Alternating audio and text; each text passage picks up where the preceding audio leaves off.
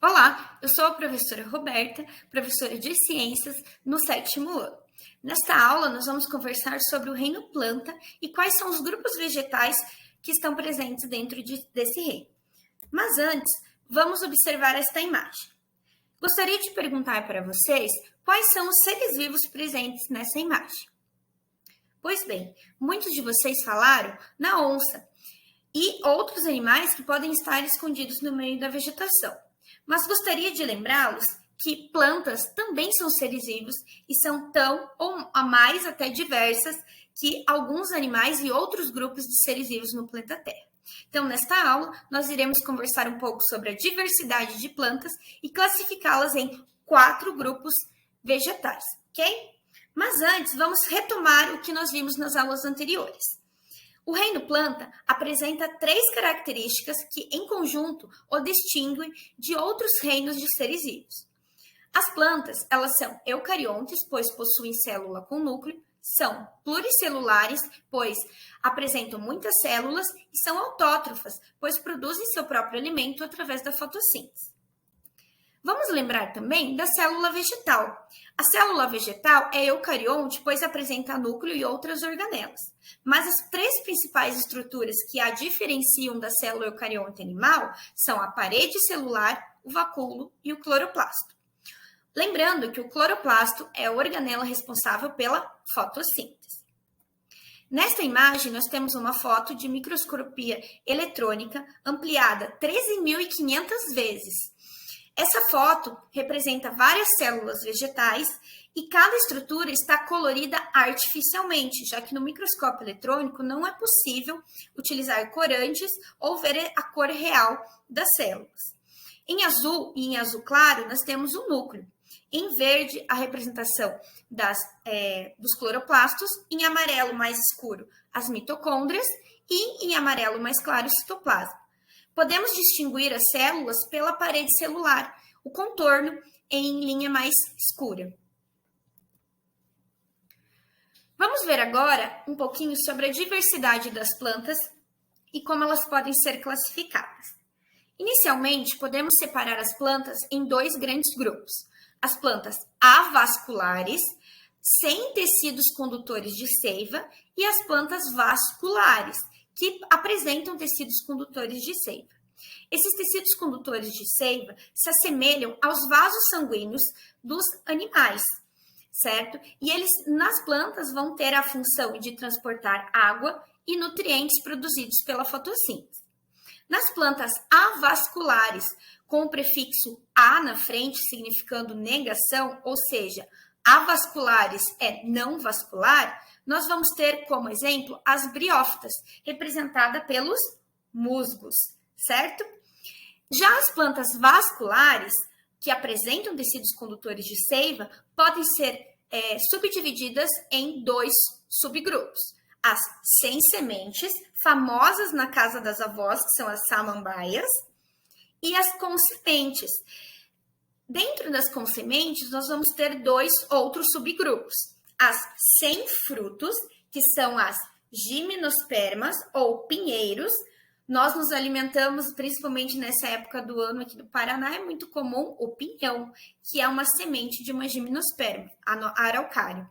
E nós temos também, dentre as plantas com sementes, as que apresentam, além da semente, o fruto, que é o caso das angiospermas, as plantas que têm flores também, ok? Vejamos agora, com mais detalhes, cada um dos grupos. O colega agora vai entregar para vocês uma folha impressa com uma tabela comparativa dos grupos vegetais. Nessa tabela, ao longo desta aula, eu quero que vocês assinalem com um check quando a característica está presente naquele grupo vegetal e um X quando a característica está ausente, ou seja, quando aquele grupo não tem aquela característica, ok?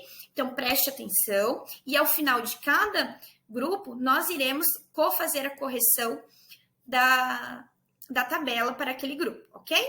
Então, vamos lá. As briófitas, nosso primeiro grupo, as plantas mais simples. Então, as briófitas são representadas pelos musgos, hepáticas e antóceros. As briófitas, elas têm poucos centímetros de altura, como vocês puderam ver neste tronquinho aqui, certo?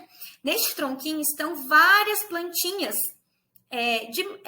vários organismos de briófitas, certo? Então, todas elas, cada uma tem poucos centímetros de altura, e isso se deve principalmente à ausência dos vasos condutores de seiva.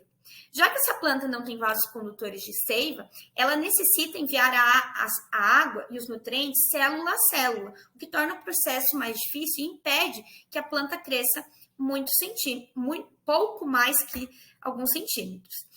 Por isso, elas também vivem em locais úmidos e sombreados para facilitar esse transporte de água, já que elas não têm vasos condutores de seiva, ok? Nos musgos, nós podemos identificar algumas estruturas. Como eles não possuem vasos condutores de seiva, nós não podemos chamar essas estruturas de caule, raiz e folha. Então, nós chamamos como uma adaptação. O rizoide é a estrutura responsável pela fixação da planta em um substrato, o cauloide pela sustentação dos filóides, que são os equivalentes às folhas. E no alto do musgo, nós temos o desenvolvimento de uma cápsula que está relacionada à reprodução. Então, temos aqui um musgo sobre rochas, alguns musgos produzindo esporos, que são as estruturas, as células responsáveis pela reprodução destas plantas, as hepáticas, que a cápsula é semelhante ali a um guarda-chuvinha, e os antóceros. Estão anotando aí, completando a tabela? Vamos dar uma olhada agora no ciclo de vida de um musgo, ok? Então, no alto da estrutura de um musgo, desenvolve-se uma estrutura chamada esporângio. Todo esporângio é responsável pela produção de esporos. Nesse esporângio, há uma cápsula que produz esporos, que, como eu falei, são as células responsáveis pela reprodução destas plantas. Equivalente a sementes, mas elas não apresentam estrutura igual de uma semente. Por isso, não podemos chamá-las de sementes. Os esporos caem em um ambiente favorável e germinam, dando origem a um novo musgo, que nós chamamos de gametófito, pois ele produz gametas. Nos musgos, há o gametófito do sexo masculino, que irá produzir gametas masculinas, e o gametófito do sexo feminino, que produz gametas femininos. E adivinhe, como vocês acham que o gameta masculino é levado até o gameta feminino? Pois bem, o gameta masculino, ele é levado até o gameta feminino pela água. Por isso essas plantas precisam viver em locais úmidos, pois além da água que a planta necessita naturalmente para sua sobrevivência, ela também precisa de água para que ela possa se reproduzir, fazer o encontro entre os gametas e haver a fecundação. Quando ocorre a fecundação, o encontro do gameta masculino e do gameta feminino, origina-se um esporângio no gametófito feminino. E esse esporângio que vai dar origem à cápsula produtora de esporos, ok? Vamos fazer agora a correção da nossa tabela comparativa. Então, as briófitas têm célula eucarionte, são pluricelulares, são autótrofas, são plantas geralmente com baixa estatura, geralmente vivem em locais úmidos, porém elas não têm vasos condutores de seiva, não vamos considerar que ela tem raiz, caule e folha, elas necessitam de água na reprodução, produzem esporos, elas não têm estróbilos ou cones, afinal eu nem falei sobre essa estrutura enquanto eu estava explicando sobre as briófitas. Elas não apresentam semente, flor e nem fruto, ok?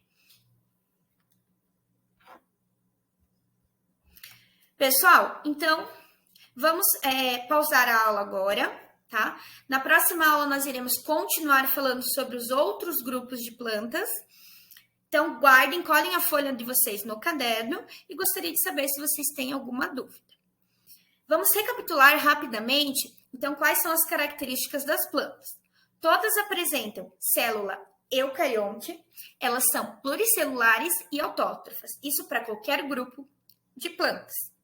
Já as briófitas, especificamente, vão ter baixa estatura, geralmente vivem em locais úmidos e precisam de água na sua reprodução, pois os gametas se encontram, são levados ao encontro um do outro através da água. E elas produzem esporos também, que é a forma de disseminação dessas plantas, certo? Então, nos vemos na próxima aula. Até lá!